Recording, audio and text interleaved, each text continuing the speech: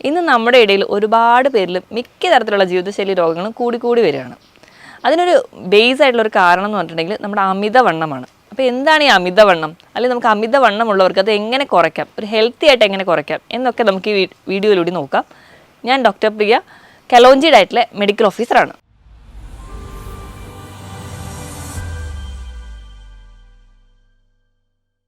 അപ്പോൾ എന്താണ് ഈ അമിതവണ്ണം എന്ന് നമുക്ക് ആദ്യം തന്നെ നോക്കാം.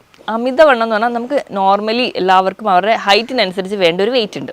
ആ വെയിറ്റിലും അധികമായിട്ട് നമ്മുടെ ശരീരത്തിൽ കൊഴുപ്പ് കെട്ടിക്കിടക്കുന്ന ഒരു അവസ്ഥയാണ് നമ്മൾ അമിതവണ്ണം എന്ന് പറയാം. അപ്പം ഓരോരുത്തർക്കും നോക്കുമ്പോൾ അവർക്ക് അമിതവണ്ണമാണോ എന്നൊക്കെ തിരിച്ചറിയാൻ വേണ്ടി നമ്മുടെ WHO തന്നെ ഒരു മാനദണ്ഡം വെച്ചിട്ടുണ്ട്. അപ്പോൾ അത് പ്രകാരം നമ്മൾ ബോഡി മാസ് ഇൻഡെക്സ് എന്നാണ് കാൽക്കുലേറ്റ് ചെയ്യുക. ബോഡി മാസ് ഇൻഡെക്സ് എങ്ങനെ കാൽക്കുലേറ്റ് ചെയ്യാം? നമ്മുടെ ശരീരഭാരം കിലോഗ്രാമിൽ എടുക്കുക, അതിനെ നമ്മുടെ ഹൈറ്റ് മീറ്റർ സ്ക്വയറിൽ വെച്ച് ഹരിക്കുമ്പോൾ കിട്ടുന്നതാണ് നമ്മുടെ BMI എന്ന് പറയുന്നത്. ആ ഒരു BMI എന്ന് പറയുന്നതിൻ്റെ വാല്യൂ എത്രയാണോ കിട്ടുന്നത് അത് വെച്ചിട്ടാണ് നമുക്ക് അമിതവണ്ണമാണോ അതോ നമുക്ക് നോർമൽ വെയിറ്റ് ആണോ എന്നൊക്കെ കാൽക്കുലേറ്റ് ചെയ്യുന്നത്. ഇപ്പോൾ നോർമൽ എന്ന് പറഞ്ഞാൽ 18-നും 25-നും ഇടയിലാണ് നിങ്ങൾക്ക് BMI കാൽക്കുലേറ്റ് ചെയ്യുമ്പോൾ കിട്ടുന്നതെങ്കിൽ നമ്മൾ നോർമലാണ്, നമുക്ക് അമിതവണ്ണവുമില്ല, നമുക്ക് ശരീരഭാരം കുറവുമല്ല. ഇപ്പോൾ 18-ന് താഴെ വരുവാണെങ്കിൽ നമുക്ക് ശരീരഭാരം കുറവാണ്, നമ്മൾ വെയിറ്റ് കുറവാണ്, അണ്ടർ വെയിറ്റ് എന്നൊക്കെ നമുക്ക് പറയാം. ഇപ്പോൾ 25-ന് മുകളിലോട്ട് വരുമ്പോൾ നമ്മൾ അതിന് അമിതവണ്ണം എന്ന് പറയും. ഇപ്പോൾ 25-നും 30-നും ഒക്കെ ഇടയിലാകുമ്പോഴത്തേക്കും നമ്മൾ അമിതവണ്ണത്തിൻ്റെ ഒരു കാറ്റഗറിയിൽ കൂടും. ഈ 30-ന് മുകളിൽ പോകുമ്പോഴത്തേക്കും നമ്മളതിനെ പൊണ്ണത്തടി എന്നാണ് പറയാം. അപ്പം അമിതവണ്ണം ഉണ്ടാവാൻ പല കാരണങ്ങൾ കൊണ്ട് നമുക്ക് കാണാറുണ്ട്. അപ്പോൾ നമുക്ക് ഒന്നെങ്കിൽ നമ്മൾ എന്തെങ്കിലും ഭക്ഷണം കഴിക്കുന്നതിൻ്റെ ഭാഗമായിട്ട് വരാം, അല്ലെങ്കിൽ മറ്റു പല രോഗത്തിൻ്റെ അടിസ്ഥാനത്തിൽ വരാം. അപ്പോൾ അമിതവണ്ണം ഉണ്ടാവാനുള്ള കാരണങ്ങൾ നമ്മൾ എക്സോജീനിയസ് എന്നും എൻഡോജീനിയസ് എന്നും ഡിവൈഡ് ചെയ്തിട്ടുണ്ട്. അപ്പോൾ നമ്മൾ കഴിക്കുന്ന ഭക്ഷണ രീതിയാണ് പ്രശ്നമെങ്കിൽ അതുമൂലം നമുക്ക് അമിതവണ്ണം വരാം. ഇപ്പോൾ നമുക്ക് അതല്ലാതെ വരുന്ന ചില രോഗങ്ങൾ മൂലം നമുക്ക് അമിതവണ്ണം വരാറുണ്ട്.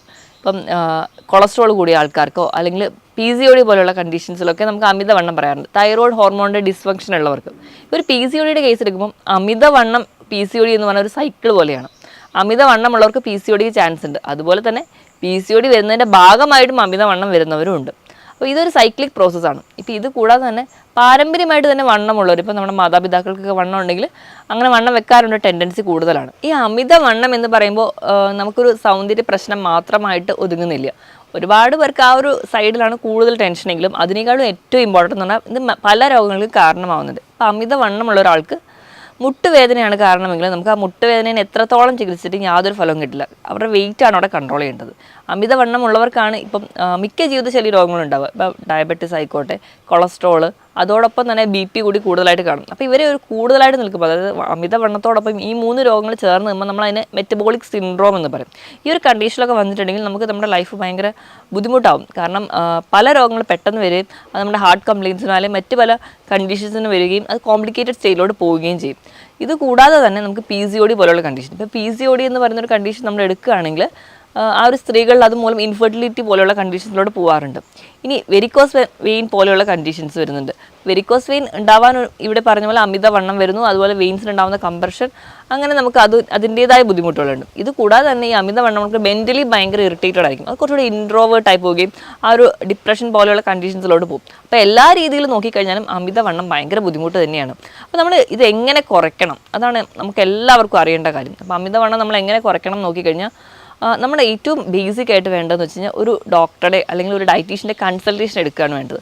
നമ്മൾ ഒരുപാട് വീഡിയോസ് കാണുകയും അല്ലെങ്കിൽ ഒരുപാട് നെറ്റിലൂടെ നോക്കിയിട്ട് നമ്മുടെ ഇഷ്ടപ്രകാരം നമ്മളൊരു ഡയറ്റ് തുടങ്ങുന്നതിന് മുൻപ് ഏറ്റവും ആദ്യം വേണ്ടതെന്ന് പറഞ്ഞാൽ ഒരു ഡയറ്റീഷ്യനെ അല്ലെങ്കിൽ ഒരു ജനറൽ ഫിസിഷ്യനെ ഒക്കെ കണ്ടിട്ട് നമ്മുടെ ഹെൽത്ത് എങ്ങനെയാണോ അല്ലെങ്കിൽ നമ്മുടെ ഹെൽത്ത് ഓക്കെ ആണോ നോക്കിയിട്ട് വേണം നമ്മൾ എപ്പോഴും ഒരു ഡയറ്റ് പ്ലാൻ സ്റ്റാർട്ട് ചെയ്യാൻ.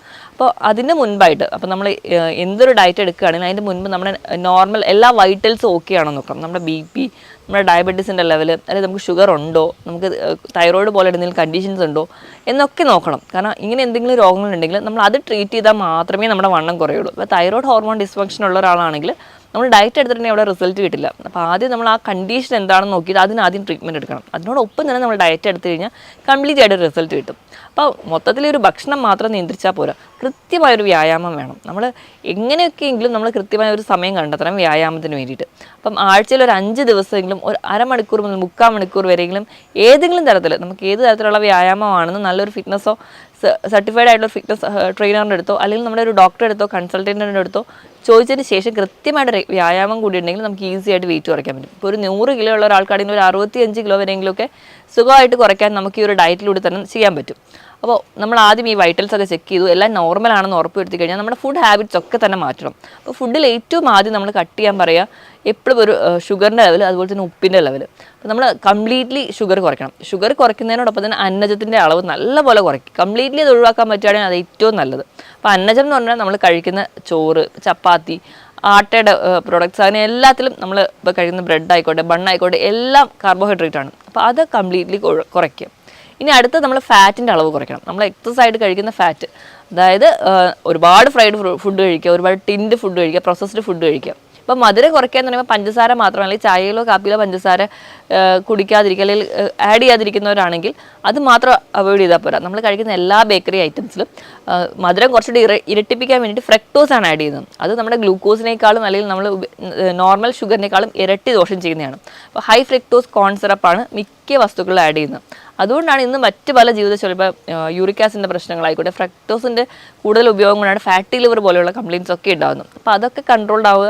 അതിനോടൊപ്പം തന്നെ ഡയറ്റ് എടുക്കുമ്പോൾ നമ്മൾ ആദ്യം തന്നെ കൺട്രോൾ ചെയ്യേണ്ടത് ഈ പറഞ്ഞ ഭക്ഷണങ്ങളാണ്. അപ്പോൾ ഈ ഭക്ഷണം കഴിക്കുന്ന ഇതൊക്കെ അവോയ്ഡ് ചെയ്യുമ്പോൾ നമ്മൾ എന്തൊക്കെ കൂടുതലായിട്ട് കഴിക്കണം?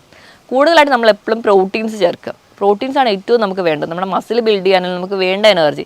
എപ്പോഴും കാർബോഹൈഡ്രേറ്റ് എന്ന് പറഞ്ഞാൽ നമുക്ക് എന്തെങ്കിലും ജോലി ചെയ്യാൻ വേണ്ടിയിട്ടുള്ള എനർജിയാണ് കാർബോഹൈഡ്രേറ്റ് തരിക. അപ്പം ഇന്നത്തെ ഒരു ലൈഫ് സ്റ്റൈൽ പ്രകാരം നമുക്ക് ഒരുപാട് ആയാസമുള്ള അല്ലെങ്കിൽ അധ്വാനമുള്ള ജോലികളൊന്നുമില്ല. അപ്പോൾ കാർബോഹൈഡ്രേറ്റിൻ്റെ അളവ് മാക്സിമം കുറയ്ക്കുക. നമുക്ക് അതിന് പകരം പ്രോട്ടീൻസ് കഴിക്കുക, നല്ലപോലെ വെജിറ്റബിളും ഫ്രൂട്ട്സും കഴിക്കുക. അത് കൂടുതൽ കട്ട് ചെയ്ത് ഫ്രഷ് ആയിട്ട് സാലഡായിട്ട് കഴിക്കുന്നതാണ് ഏറ്റവും നല്ലത്. നമ്മൾ ജ്യൂസാക്കി കഴിക്കുമ്പോൾ വീണ്ടും പഞ്ചസാര ആഡ് ചെയ്യുന്നു, അതിലുള്ള ഫൈബറൊക്കെ നഷ്ടപ്പെടുന്നു. അപ്പോൾ ജ്യൂസാക്കി കഴിക്കാതെ മാക്സിമം കട്ട് ചെയ്ത് കഴിക്കാൻ വേണ്ടി ശ്രദ്ധിക്കുക. ഇപ്പോൾ സീസണൽ ആയിട്ടുള്ള നമ്മുടെ വീട്ടിലേക്കുള്ള പച്ചക്കറികളോ അല്ലെങ്കിൽ നമ്മുടെ നാട്ടിലേക്കുള്ള ഫ്രൂട്ട്സൊക്കെ കൂടുതലായിട്ട് കഴിക്കാൻ വേണ്ടി ശ്രദ്ധിക്കുക. അപ്പോൾ നമുക്ക് അതുവഴി ഉണ്ടാകുന്ന കുറേ വിഷാംശമൊന്നും നമ്മുടെ വയറിലെത്താതിരിക്കുകയും നമ്മുടെ ബോഡീനെ പ്രൊട്ടക്റ്റ് ചെയ്യാൻ പറ്റും. എപ്പോഴും നമ്മൾ സാലഡ് തിരഞ്ഞെടുക്കുമ്പോൾ അതിൻ്റെ കൂടെ തന്നെ ഒലിവ് ഓയിലൊക്കെ ആഡ് ചെയ്യുമ്പോൾ നമുക്ക് നമ്മുടെ ശരീരത്തിൽ നീർക്കെട്ട് ഉണ്ടാകുന്നതോ അല്ലെങ്കിൽ നമ്മുടെ ശരീരത്തിൽ കൊഴുപ്പടിയുന്ന ആ ഒരു ടെൻഡൻസി തന്നെ കുറയും. അപ്പോൾ ഒലിവ് ഓയിൽ എന്ന് പറഞ്ഞാൽ നല്ലൊരു ആൻറ്റി ഓക്സിഡൻസ് ആണ്. അത് നല്ലപോലെ ഒമേഗ 3 ഫാറ്റി ആസിഡ്സ് ഉണ്ട്. അപ്പോൾ ഇതൊക്കെ ഉള്ളത് കൊണ്ട് തന്നെ അപ്പോൾ നമ്മുടെ ശരീരത്തിൽ എന്തെങ്കിലുമൊക്കെ ഒരു ഫാറ്റ് അടിയാനുള്ള ടെൻഡൻസി ഉണ്ടെങ്കിൽ അത് മാക്സിമം കുറയുന്നത് കാണാം. അപ്പം ഭക്ഷണത്തിൽ ഈ ഒരു രീതിയിലോട്ട് മാറ്റുക. ഇപ്പം നമ്മൾ ഒരു ഫുഡ് കഴിക്കുന്ന ഒരു പാറ്റേൺ എടുക്കുകയാണെങ്കിൽ, ഇപ്പം നോർമലി നല്ലപോലെ ഹെവി ആയിട്ട് ഫുഡ് കഴിക്കുന്ന ഒരാളാണെങ്കിൽ ഒറ്റയടിക്ക് ഇതെല്ലാം കട്ട് ചെയ്യാൻ നമുക്ക് പാടായിരിക്കും. അപ്പോൾ നമ്മുടെ പ്ലേറ്റിനെ തന്നെ ഒന്ന് സെറ്റ് ചെയ്യുക എന്ന് നോക്കുമ്പോൾ നോർമലി ഒരു പ്ലേറ്റ് എടുക്കുകയാണെങ്കിൽ അതിൽ ഹാഫ് പോർഷൻ നമ്മൾ പ്രോട്ടീനിലോട്ട് കൊണ്ടുവരും. പ്രോട്ടീൻ നമ്മൾ പയറ്, കടല, പരിപ്പ്, ഇറച്ചി, മീൻ, മുട്ട, ഇതെല്ലാം പ്രോട്ടീൻസിൽ വരും. അപ്പോൾ വെജിറ്റബിൾ ആയിക്കോട്ടെ അല്ലെങ്കിൽ നോൺ വെജ് ആയിക്കോട്ടെ, പ്രോട്ടീൻസ് അര ഭാഗമെങ്കിലും പ്രോട്ടീൻസ് തന്നെ കഴിക്കുക. ഒരു 1/4 ഭാഗം വെജിറ്റബിൾസിനും ഫ്രൂട്ട്സിനും കൊടുക്കുക. ബാക്കി ഒരു 1/4 ഭാഗം മാത്രം, അത് ഒരു പിടി ചോറൊക്കെ മാക്സിമം ആ ഒരു കുറച്ചുകൊണ്ട് വരുന്ന ആദ്യ ഘട്ടത്തിൽ നമുക്ക് കഴിക്കാവുന്നതാണ്. എപ്പോഴും കഴിക്കുന്നുണ്ടെങ്കിൽ തന്നെ ഒരു കുത്തരി തിരഞ്ഞെടുക്കാൻ വേണ്ടി നോക്കുക. കാരണം അതിലൂടെ നമുക്ക് കുറച്ച് ഫൈബർ കിട്ടുമല്ലോ. അപ്പം അത് കഴിഞ്ഞ് നോർമലി അത് കുറച്ചുകൊണ്ട് വരും. ഇപ്പം ചോറിന് പകരം ചപ്പാത്തി കഴിക്കുന്നവരാണെങ്കിൽ 1-2 ചപ്പാത്തിയൊക്കെ ആദ്യ സമയങ്ങളിൽ കഴിക്കാം. കാലക്രമേണ കാർബോഹൈഡ്രേറ്റിൻ്റെ ലെവൽ നല്ലപോലെ കുറച്ചുകൊണ്ട് വരാൻ നിങ്ങൾ ശ്രമിക്കണം. അപ്പോൾ ഒരുപാട് ആൾക്കാരും പറയാറുള്ളതാണ്, ഡയറ്റ് ചെയ്യണമെന്ന് ഭയങ്കര ആഗ്രഹമുണ്ട്, വെയിറ്റ് കുറയ്ക്കാൻ ഭയങ്കര ആഗ്രഹമുണ്ട്, പക്ഷേ എനിക്ക് വിശപ്പ് കൺട്രോൾ ചെയ്യാൻ പറ്റുന്നില്ല, ഭക്ഷണം കുറയ്ക്കുമ്പോഴത്തേക്ക് ഭയങ്കരമായിട്ട് വിശക്കുന്നു എന്നുള്ളത്. അപ്പോൾ നമുക്ക് ഈ ഒരു അമിതവണ്ണം ഉണ്ടാവാനുള്ള ഒരു മെയിൻ കാരണം എന്ന് പറഞ്ഞാൽ നമ്മൾ വിശക്കാതെ തന്നെ ഭക്ഷണം കഴിക്കുക എന്നുള്ളതാണ്. നമുക്ക് ഇന്നൊക്കെ എന്ന് പറഞ്ഞു കഴിഞ്ഞാൽ പട്ടിണിയൊന്നുമില്ല, ധാരാളം ഭക്ഷണം കഴിക്കാനുണ്ട്. അപ്പോൾ നമ്മൾ ഇടയിൽ ഇങ്ങനെ ഭക്ഷണം കഴിച്ചുകൊണ്ടേയിരിക്കും. ഇതാണ് പ്രത്യേകിച്ച് വലിയ ജോലിയൊന്നുമില്ല, ഒരു സെഡൻറ്ററി ലൈഫും കൂടിയായിരിക്കും. അതാണ് നമുക്ക് അമിതവണ്ണം ഉണ്ടാവാനുള്ള കാരണം. അപ്പോൾ നമ്മൾ കൃത്യമായിട്ട് ഭക്ഷണം കഴിക്കാൻ വേണ്ടി ഒരു ടൈം ടേബിൾ സെറ്റ് ചെയ്യുക. കൃത്യമായിട്ട് ഇപ്പോൾ നമ്മൾ 3 മീലാണ് മെയിനായിട്ടുള്ള 3 മീലാണ് നമ്മൾ മലയാളികൾ കൂടുതലായിട്ട് കഴിക്കുക. രാവിലത്തെ ബ്രേക്ക്ഫാസ്റ്റ്, ഉച്ചത്തെ ലഞ്ച്, രാത്രിത്തെ ഡിന്നർ. അപ്പോൾ ഈ മീൽസിനെ കട്ട് ചെയ്തിട്ട് പല തവണകൾ കുറച്ചുകൂടെ കൂട്ടുക, ക്വാണ്ടിറ്റി കുറച്ചുകൂടെ കുറയ്ക്കുക, നല്ല ക്വാളിറ്റിയുള്ള ഭക്ഷണവും കഴിക്കുക. എങ്കിൽ ഡയറ്റ് ചെയ്യാൻ നമുക്ക് ഈസി ആയിരിക്കും. അപ്പോൾ നമ്മൾ ഇടയിൽ രാവിലത്തെ ബ്രേക്ക്ഫാസ്റ്റ് കഴിഞ്ഞ് ഒരു 11 മണിക്ക് ചെറിയൊരു സ്നാക്ക് ടൈം കൊടുക്കുക. അത് കഴിഞ്ഞ് ഉച്ചയ്ക്കത്തെ ലഞ്ച്, വൈകുന്നേരം ഒരു ടീ ടൈം കൊടുക്കുക, അതിന് കഴിഞ്ഞിട്ട് ഒരു ഡിന്നർ. അപ്പോൾ നമ്മൾ ഈ 11 മണിക്കത്തെയും വൈകിട്ടത്തെയും ആ ഒരു ഇതെന്ന് പറഞ്ഞിട്ടുണ്ടെങ്കിൽ നമ്മൾ എപ്പോഴും ഒരു ജങ്ക് ഫുഡാണ് കൂടുതലാണ് കഴിക്കുക. അതിന് പകരം അത് കുറച്ചുകൂടി ഹെൽത്തി ആക്കാൻ വേണ്ടി ആ ഒരു 11 മണിക്കും നമ്മളതുപോലെ വൈകിട്ട് 4 മണിക്കും കഴിക്കുന്നത് എപ്പോഴും ഒരു നട്ട്സോ ഒരു ബൗൾ സാലഡോ ആ ഒരു രീതിയിലേക്ക് മാറ്റുക. ഇനി നിങ്ങൾക്ക് എത്ര ഭക്ഷണം കഴിച്ചിട്ട് നിങ്ങൾക്ക് വിശക്കുന്നു അല്ലെങ്കിൽ നിങ്ങൾക്ക് ഡയറ്റ് ചെയ്യാൻ പറ്റുന്നില്ല എന്നൊക്കെ ഉണ്ടെങ്കിൽ നിങ്ങൾ ഈ ഇടയിൽ കഴിക്കുന്ന ഭക്ഷണം കുറച്ചുകൂടെ ഫൈബർ റിച്ച് ആയിരിക്കും, അല്ലെങ്കിൽ കുറച്ചുകൂടെ വാട്ടർ കണ്ടൻ്റ് ഉള്ള ഫുഡുകൾ കഴിക്കുക. എങ്കിൽ നിങ്ങൾക്ക് വിശപ്പ് കുറച്ചും കൂടി കുറയും. ഇപ്പോൾ നമ്മൾ ക്യുക്കമ്പറൊക്കെ, നമ്മൾ വെള്ളരിയൊക്കെ കൂടുതലായിട്ട് കഴിക്കാൻ പറയുന്നതിന് ഒരു വലിയ കാരണം എന്ന് പറഞ്ഞിട്ടുണ്ടെങ്കിൽ ഇത് ധാരാളം ഫൈബേഴ്സ് ഉണ്ട്, ധാരാളം തന്നെ വെള്ളത്തിൻ്റെ അളവും നമുക്ക് ഉണ്ട്. അതുകൊണ്ട് തന്നെ നമ്മുടെ മെറ്റബോളിക് ആക്ടിവിറ്റി ഒക്കെ പെട്ടെന്ന് തന്നെ കൂട്ടി നമ്മുടെ ആ ഒരു ഫാറ്റ് ബേൺ ചെയ്ത് കഴിയുന്നത് കാണാം. അപ്പോൾ കൂടുതൽ സാലഡൊക്കെ കഴിക്കാൻ പറയുന്നത് ഇതുകൊണ്ട് തന്നെയാണ്. അപ്പോൾ ഇങ്ങനെയൊക്കെ ഒരു ഭക്ഷണം മാറ്റുകയാണ്. അതുപോലെ തന്നെ നമ്മൾ ഭക്ഷണം കഴിക്കുന്നതിന് മുൻപ് ഒന്നോ രണ്ടോ മുട്ട കഴിക്കുകയാണ്. ഇപ്പോൾ നമ്മൾ ഉച്ചത്തെ ഒരു ഭക്ഷണം കുറച്ച് ഹെവി ആയിട്ട് കഴിക്കുന്ന ആൾക്കാരാണെങ്കിൽ ഡയറ്റിൻ്റെ തുടക്കത്തിൽ നമ്മൾ ഒന്നോ രണ്ടോ മുട്ട ഭക്ഷണത്തിന് കുറച്ച് മുൻപായിട്ട് കഴിക്കുക, അല്ലെങ്കിൽ ഒരു ബൗൾ സാലഡ് കഴിക്കുക, ഒരു 2 ഗ്ലാസ് വെള്ളം കുടിക്കുക. ഇങ്ങനെ ഏതെങ്കിലും ഒരു മെത്തേഡ് എടുക്കുകയാണെങ്കിൽ നമുക്ക് അത്രയ്ക്കൊന്നും ആ ഒരു ഉച്ച സമയത്ത് വിശക്കില്ല. അപ്പോൾ അങ്ങനെ വിശപ്പ് കുറയുമ്പോൾ നമ്മൾ എടുക്കുന്ന ഫുഡിൻ്റെ ക്വാണ്ടിറ്റി കുറയും. അങ്ങനെ നമുക്ക് നല്ല പോലെ തന്നെ നമ്മുടെ വെയിറ്റ് കുറയുന്നതായിട്ട് കാണാൻ പറ്റും. ഇനി ഇതിനോടൊപ്പം തന്നെ കൃത്യമായിട്ടൊരു വ്യായാമം കൂടി വേണം. വ്യായാമം നമ്മുടെ ബോഡിക്ക് പറ്റുന്നതെന്ന്, അല്ലെങ്കിൽ നമ്മുടെ ഫിസിക്കൽ ആക്ടിവിറ്റിക്ക് പറ്റുന്ന രീതിയിലുള്ള വ്യായാമം തിരഞ്ഞെടുക്കുക. അത് ഏത് തരത്തിലുള്ള വ്യായാമമാവും. ഇനിയിപ്പോൾ വ്യായാമത്തിനൊന്നും സമയമില്ലാത്തവരാണ് എന്ന് എല്ലാവരും തന്നെ പറയാറുണ്ട്. അപ്പോൾ അങ്ങനെ പറയുമ്പോൾ അവർക്ക് എന്തെങ്കിലും എയറോബിക് എക്സസൈസുകളോ അല്ലെങ്കിൽ വീട്ടിൽ തന്നെ നമ്മുടെ റൂമിനുള്ളിൽ നിന്ന് ഒരു പാട്ടിട്ട് ഡാൻസ് ചെയ്യുകയാണെങ്കിൽ തന്നെ അത് തന്നെ ഏറ്റവും നല്ലൊരു വ്യായാമമാണ്. അവിടെ തന്നെ ഒരുപാട് ഫാറ്റ് ബേൺ ചെയ്യുന്നുണ്ട്. അപ്പോൾ അങ്ങനെയുള്ള എയറോബിക് എക്സസൈസുകൾ നിങ്ങൾക്ക് ചെയ്യാം. ഇതൊന്നും അല്ലെങ്കിലും ഇപ്പോൾ ഇതൊന്നും ചെയ്യാൻ പറ്റാത്തവരാണെങ്കിൽ നിങ്ങൾ രാവിലെ ജോലിക്ക് പോകുമ്പോൾ ലിഫ്റ്റിന് ഡിപ്പെൻഡ് ചെയ്യുന്നുണ്ടെങ്കിൽ അതിന് പകരം നിങ്ങൾ സ്റ്റെയർ യൂസ് ചെയ്യാം. അതുപോലെ തന്നെ നമ്മൾ ഫോണിലൊക്കെ ഒരുപാട് നേരം സംസാരിക്കുന്ന ആൾക്കാരാണെങ്കിൽ നടന്നുകൊണ്ട് ഫോൺ ചെയ്യുക. ഇപ്പം നമുക്ക് എല്ലാവർക്കും അറിയാം, അപ്പോൾ നമുക്ക് ഫാൻ വർക്ക് ചെയ്യണമെങ്കിലോ TV വർക്ക് ചെയ്യണമെങ്കിൽ എല്ലാം റിമോട്ട് കൺട്രോളാണ്. അപ്പോൾ മാക്സിമം ഈ ഒരു ടൈമിലെങ്കിലും കുറച്ചെങ്കിലും നടക്കാൻ വേണ്ടിയിട്ട് റിമോട്ട് കൺട്രോളിനെ ഡിപ്പെൻഡ് ചെയ്യാതെ നമ്മൾ നടന്ന് പോയി സ്വിച്ച് ഓഫ് ചെയ്യുകയൊക്കെ ചെയ്യാൻ ശ്രമിക്കുക. ഇങ്ങനെയെങ്കിലും കുറച്ചെങ്കിലും ഒരു വ്യായാമം ഉണ്ടായി കഴിഞ്ഞാൽ ഒരു പരിധി വരെ നമ്മുടെ ഫാറ്റൊക്കെ ബേൺ ചെയ്യുന്നത് കാണാൻ പറ്റും. ഇനി ഈ ഒരു പറഞ്ഞ രീതിയിലുള്ള വ്യായാമം, ഈ പറഞ്ഞ രീതിയിലുള്ള ഫുഡ് കൺട്രോളൊക്കെ ചെയ്യുക. അതിനോടൊപ്പം തന്നെ ചെറിയ ടിപ്സുകൾ പറഞ്ഞുതരാം.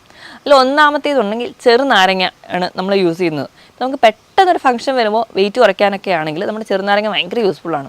പക്ഷേ നമ്മൾ യൂസ് ചെയ്യേണ്ട രീതി എങ്ങനെയാണെന്ന് നോക്കാം. 1 ലിറ്റർ വെള്ളം എടുക്കുക, അതിലേക്ക് ഒരു ചെറുനാരങ്ങ, ചെറിയ ചെറുനാരങ്ങയാണെങ്കിൽ ഒന്ന്, വലുതാണെങ്കിൽ ഒരു പകുതി എടുക്കുക, നല്ലപോലെ പിഴിഞ്ഞ് അതിനോടൊപ്പം തന്നെ ഇഞ്ചി കൂടി ചതച്ചിടുക. നമ്മളിത് രാവിലെ വെറും വയറ്റിൽ കുടിക്കാം. പക്ഷേ അസിഡിറ്റി പോലെയുള്ള പ്രശ്നങ്ങളുള്ളവരാണെങ്കിൽ രാവിലെ വെറും വയറ്റിൽ കുടിക്കേണ്ട, പല തവണകളിലായിട്ട് ഒരു ദിവസം കുടിക്കുക. ആഴ്ചയിൽ ഒരു 3 ദിവസമെങ്കിലും ഇങ്ങനെ ചെയ്യുകയാണെങ്കിൽ നമുക്ക് വെയിറ്റ് ഗെയിൻ നല്ല പോലെ കുറയുന്നതായിട്ട് കാണാൻ പറ്റും. കാരണം ഇത് ഫാറ്റ് ബേൺ ചെയ്യാനും നമ്മുടെ മെറ്റബോളിക് ആക്ടിവിറ്റി ഒക്കെ കൂടുന്നതായിട്ട് കാണാം. ഇത് പെട്ടെന്നുണ്ടാകുന്ന ഒരു വെയിറ്റ് ലോസിന് വേണ്ടിയിട്ട് മാത്രം ഡിപ്പെൻഡ് ചെയ്യുക. കണ്ടിന്യൂസ്ലി ഇത് യൂസ് ചെയ്യുന്നത് അത്ര നല്ലതല്ല. നമുക്ക് അസിഡിറ്റി പോലുള്ള പ്രശ്നങ്ങൾ ഉണ്ടാകാനുള്ള ചാൻസ് വളരെ കൂടുതലാണ്. ഇനി രണ്ടാമത് പറഞ്ഞാൽ ജീരകം ഇട്ട് തിളപ്പിച്ച വെള്ളം. അപ്പോൾ നമ്മളൊരു 250 ml, അതായത് 1/4 ലിറ്ററോളം വെള്ളം എടുക്കുക, ഒരു നുള്ളു ജീരകം ഇട്ട് നല്ലപോലെ തിളപ്പിച്ച് ആ വെള്ളം നമ്മൾ സ്ഥിരമായിട്ട് കുടിക്കുകയാണെങ്കിൽ ഇത് നമ്മുടെ ഫാറ്റ് ബേൺ ചെയ്യാൻ സഹായിക്കും. ജീരകത്തിൽ തൈമോൾ എന്ന് പറയുന്നൊരു കണ്ടന്റ് ഉണ്ട്. ഈ തൈമോൾ എന്ന് പറയുന്ന കണ്ടന്റ് നമ്മുടെ പാൻക്രിയാസിൻ്റെ ആക്ടിവിറ്റി സ്റ്റിമുലേറ്റ് ചെയ്യും. അപ്പോൾ നമ്മുടെ വെയിറ്റ് കുറയും. ഇപ്പം നമുക്ക് ഡയബറ്റീസ് പോലെയുള്ള പ്രശ്നമുള്ളവരാണെങ്കിൽ അതും നല്ല രീതിയിൽ കൺട്രോൾ ആവാൻ പറ്റുന്നൊരു ഡ്രിങ്കാണിത്. അപ്പോൾ നമുക്ക് ഇത് ഡിപ്പെൻഡ് ചെയ്യാം. ഇനി മൂന്നാമതായിട്ട് സിനമാൾഡിഹൈഡ് കണ്ടന്റ് ഉള്ള കറുകപ്പട്ട ഇട്ട് തിളപ്പിച്ച വെള്ളം കുടിക്കാം. അപ്പോൾ കറുകപ്പട്ട നിങ്ങൾക്ക് ഒന്നുകിൽ പൊടിയായിട്ട് ഒരു നുള്ള ആഡ് ചെയ്ത്, അല്ലെങ്കിൽ ചെറിയ രീതിയിൽ ഒരു കഷ്ണം ആഡ് ചെയ്ത് നല്ലപോലെ വെള്ളം തിളപ്പിച്ച് അത് നിങ്ങൾക്ക് ദിവസവും മാറി മാറി കുടിക്കാവുന്നതാണ്. അപ്പോൾ ഈ ഒരു സിനമാൾഡിഹൈഡ് എന്ന് പറയുന്ന കണ്ടന്റ് ഫാറ്റ് ബേൺ ചെയ്യാൻ നല്ല ഒരു മാർഗ്ഗമാണ്. അപ്പോൾ നമ്മുടെ എക്സസൈഡ് വരുന്ന ഫാറ്റ് അത് കുറയ്ക്കുന്നുണ്ട്. അതുപോലെ തന്നെ അതിൻ്റെ ഒരു എൻസൈമാറ്റിക് ആക്ടിവിറ്റി മൂലം നമ്മുടെ ശരീരത്തിൽ ഫാറ്റ് ഡിപ്പോസിറ്റ് ചെയ്യാനുള്ള ടെൻഡൻസി ഉണ്ടെങ്കിൽ അതും കുറയുന്നതായിട്ട് കാണാൻ പറ്റും. ഇനി നാലാമതായിട്ട് ആപ്പിൾ സിഡർ വിനെഗർ. ഇതും അസിഡിറ്റി പോലെയുള്ള പ്രശ്നമുള്ളവർക്കാണെങ്കിൽ കണ്ടിന്യൂസ്ലി യൂസ് ചെയ്യുന്നത് അത്ര നല്ലതല്ല. ഇനി അല്ലാത്ത ആൾക്കാരാണെങ്കിൽ 150 ml വെള്ളം എടുത്തിട്ട് അതിലേക്ക് 1 teaspoon apple cider vinegar add ചെയ്യുക, നല്ലോണം മിക്സ് ചെയ്തിട്ട് നിങ്ങൾക്ക് രാവിലെ വെറും വയറ്റിൽ കുടിക്കാം. പക്ഷേ അസിഡിറ്റി പോലെയുള്ള പ്രശ്നമുള്ളവരാണെങ്കിൽ ഇത് യൂസ് ചെയ്യാതിരിക്കുക. ഇത് നിങ്ങൾക്ക് ഇടയിലൊക്കെ കുടിക്കാവുന്നതാണ്. അങ്ങനെ ചെയ്ത് കഴിഞ്ഞാലും നിങ്ങൾക്ക് ഒരു പരിധി വരെ ഫാറ്റ് ബേൺ ചെയ്യുന്നത് കാണാം. പക്ഷെ കണ്ടിന്യൂസ്ലി ഇതൊക്കെ യൂസ് ചെയ്യുമ്പോൾ നമ്മുടെ ഇനാമൽ, നമ്മുടെ പല്ലിന് ചെറിയ കേട് വരാനൊക്കെയുള്ള ചാൻസുകളുണ്ട്. അപ്പോൾ മാക്സിമം ഇടയിൽ ഇപ്പോൾ ആഴ്ചയിൽ 3 ദിവസമോ അങ്ങനെയൊക്കെ മാറി മാറി നിങ്ങൾ കുടിക്കുന്നത് ഒരു പരിധി വരെ നിങ്ങളുടെ ഫാറ്റ് ബേൺ ചെയ്യും, നിങ്ങളുടെ വെയിറ്റ് കുറയുന്നതായിട്ട് കാണാൻ പറ്റും. ഇനി ഇപ്പോൾ ചില ആൾക്കാർക്ക് പ്രശ്നം എന്ന് വെച്ച് കഴിഞ്ഞാൽ വയറിൻ്റെ ഭാഗത്ത് അല്ലെങ്കിൽ ഇടുപ്പിൻ്റെ ഭാഗത്താണ് കൂടുതൽ കൊഴുപ്പെങ്കിൽ അവർക്ക് ചെയ്യാൻ പറ്റുന്ന ചില എക്സസൈസുകൾ നമുക്ക് നോക്കാം. ഒന്നാമതായിട്ട് ബ്രീത്തിങ് എക്സസൈസ്. എവിടെയെങ്കിലും നിവർന്നിരുന്നിട്ട് ശ്വാസം പതിയെ ഉള്ളിലോട്ട് എടുക്കുക, പതിയെ റിലാക്സ് ചെയ്യുക. ഒന്നാമത്തെ ബ്രീത്തിങ് എക്സസൈസാണ്. ഇനി രണ്ടാമത്തെ ആണെങ്കിൽ നമുക്ക് എവിടെയെങ്കിലും സ്റ്റഡി ആയിട്ട് തന്നെ ഇരിക്കുക, സ്റ്റഡി ആയിട്ട് എടുത്തിട്ട് ശ്വാസം നല്ലപോലെ ഉള്ളിലേക്ക് വലിച്ചെടുക്കുക, എന്നിട്ട് കുറച്ച് നേരം ശ്വാസം ഹോൾഡ് ചെയ്യുക. അപ്പോൾ നമ്മുടെ വയറ് നല്ലപോലെ ടൈറ്റ് ആവും. അതുകൊണ്ട് തന്നെ ആ ഒരു ഏരിയയിലെ മസിൽസൊക്കെ കുറച്ചുകൂടെ വർക്ക് ചെയ്യുന്നതിൻ്റെ ഭാഗമായിട്ട് അവിടുത്തെ ഫാറ്റ് ബേൺ ചെയ്തു. അതിൻ്റെ ഭാഗമായിട്ട് നമുക്ക് ആ ഒരു ഏരിയയിൽ മസിൽസ് കുറയുന്നതിന് അല്ലെങ്കിൽ ആ ഒരു വർക്ക് കാരണം അവിടുത്തെ ഫാറ്റ് ബേൺ ചെയ്യുന്നത് കൊണ്ട് തന്നെ ആ ഒരു ഏരിയയിൽ തടി കുറയുന്നതായിട്ട് കാണാൻ പറ്റും. ഇനി ഒരു 15 സെക്കൻഡൊക്കെ ഇങ്ങനെ ഹോൾഡ് ചെയ്തിടുക, പിന്നെ റിലാക്സ് ചെയ്യുക, നോർമൽ ബ്രീത്തിങ്ങിലോട്ട് വരിക. ഒരു 15 തവണയെങ്കിലും ഇതേ പ്രോസസ്സ് തന്നെ കണ്ടിന്യൂ ചെയ്യുക, പിന്നെ നോർമൽ ബ്രീത്തിങ്ങിലോട്ട് വരിക. അത് കഴിഞ്ഞ് വീണ്ടും ഒരു 15ൻ്റെ സെറ്റ് എടുക്കുക. അങ്ങനെ ഒരു 30 തവണയെങ്കിലും ഒരു ദിവസം ചെയ്യുന്നത് നമ്മുടെ ആ ഒരു വയറിൻ്റെ ഭാഗത്തുള്ള കൊഴുപ്പ് അഴിയുന്നതിന് കാരണമാകും. ഇനി മൂന്നാമത്തേത് നമുക്ക് പ്ലാങ്ക് ചെയ്യുക. പ്ലാങ്ക് എക്സസൈസ് ചെയ്യുമ്പോഴും ആ ഒരു വയറിൻ്റെ ഏരിയയിൽ ഉണ്ടാകുന്ന മസിൽസൊക്കെ എൻഗേജ്ഡ് ആവുന്നതുകൊണ്ട് അവിടുത്തെ ഫാറ്റ് പെട്ടെന്ന് ബേൺ ചെയ്യുന്നതാണ്. ഈ തരത്തിലുള്ള വ്യായാമങ്ങൾ ചെയ്യുക. പറഞ്ഞ രീതിയിൽ എന്തെങ്കിലും ഒരു ജോഗിങ്ങോ അല്ലെങ്കിൽ നീന്തൽ അല്ലെങ്കിൽ നമുക്ക് സൈക്ലിങ് ഇങ്ങനെ എന്തെങ്കിലുമുള്ള വ്യായാമങ്ങൾ കൂടി ചെയ്യുകയാണെങ്കിൽ നമ്മുടെ ഫാറ്റ് പെട്ടെന്ന് ബേൺ ചെയ്യും. അതോടൊപ്പം തന്നെ ഈ പറഞ്ഞ രീതിയിലൊക്കെ ഒരു കൃത്യമായ ഒരു ഡയറ്റീഷ്യൻ്റെ അണ്ടറിൽ തന്നെ നിങ്ങൾ ഡയറ്റ് ഒരു കൃത്യമായ ഒരു ചാർട്ടിലൂടെ തന്നെ ഡയറ്റ് കൂടി എടുക്കുകയാണെങ്കിൽ നല്ല രീതിയിൽ വെയിറ്റ് കുറയും. വെയിറ്റ് കുറഞ്ഞു കഴിഞ്ഞാൽ തന്നെ മിക്ക രോഗങ്ങളെ നമുക്ക് കൺട്രോളോട് കൊണ്ടുവരാനും പറ്റും. നമ്മൾ മെഡിസിൻസിനെ ഡിപ്പെൻഡ് ചെയ്ത് പല രോഗങ്ങൾക്കും പല രീതിയിലുള്ള മെഡിസിൻസിൻ്റെ കൺട്രോളോട് പോകുന്നതിൻ്റെ മുൻപ് നമുക്ക് ഈ പറഞ്ഞ രീതിയിൽ നമ്മുടെ ലൈഫ് സ്റ്റൈൽ മോഡിഫൈ ചെയ്യുകയാണെങ്കിൽ ഹെൽത്തി ആയിട്ട് ഇരിക്കാൻ പറ്റും. ഞാൻ ഈ പറഞ്ഞ കാര്യത്തിൽ എന്തെങ്കിലും ഡൗട്ട് ഉണ്ടെങ്കിൽ താഴെ കാണുന്ന നമ്പറിൽ കോൺടാക്ട് ചെയ്യുക. മറ്റൊരു ഹെൽത്ത് ടോപ്പിക്കുമായിട്ട് വീണ്ടും കാണുന്നവരെ നന്ദി.